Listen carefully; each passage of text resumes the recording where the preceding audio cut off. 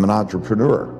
I had to bet against the consensus and be right. And so to gain that humility was the thing. So you either get off the field or you learn past your ego and your blind spot. We know what the ego barrier is. Like, I gotta be right, or whatever it is, or I'm not good at this. The blind spot barrier is the realization that people actually see things different. They see different things.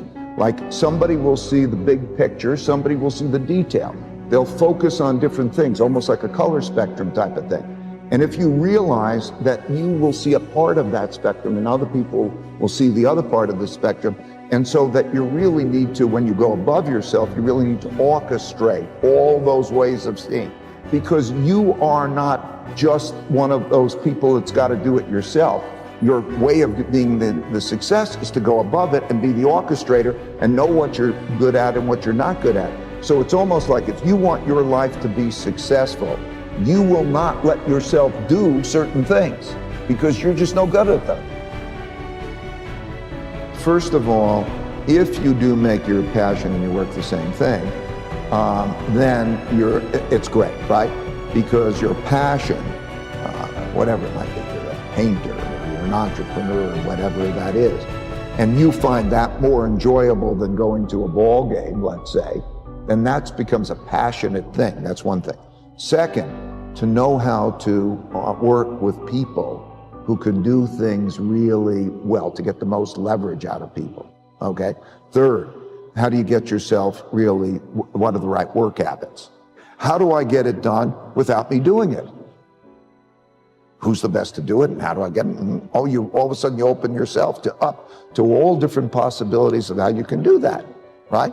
No time. I think Tim Ferriss wrote, what, the 4-minute or the 4-hour work week, yeah. Work week or something. There are approaches, all those ways of being able to do that. So I just gave you, a few.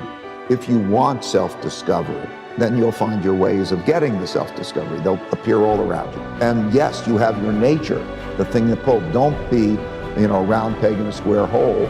Find your nature, what's going to flourish and make you, that's why I said when you were talking about your development, mine too, make your passion and your work the same thing. Know what your nature is. Yes, so I believe in terms of that particular nature. Then we get to the particular of one of the big choices in life is savor life or accomplish. You want to have a great life, okay, and you want to be safe at the same time. They sound almost like mutually exclusive, okay? So I viewed it as, okay, I'm like sitting on one side of a jungle, and that if I can get to the other side of a jungle safely, I'll have a great life. But but if I cross the jungle, all sorts of things are going to happen. Now, what am I going to choose? Am I going to be on this side of the jungle and have just an ordinary life? Or am I going to have what I think is the best life possible, but I can get bit and all those things, and that's just the nature of life. And then I said, I have to, it's my nature, I have to have the best life I can have, so I've got to go into the jungle. Now the question is, how do I go into that jungle and be successful at that? And I could tell you the answer.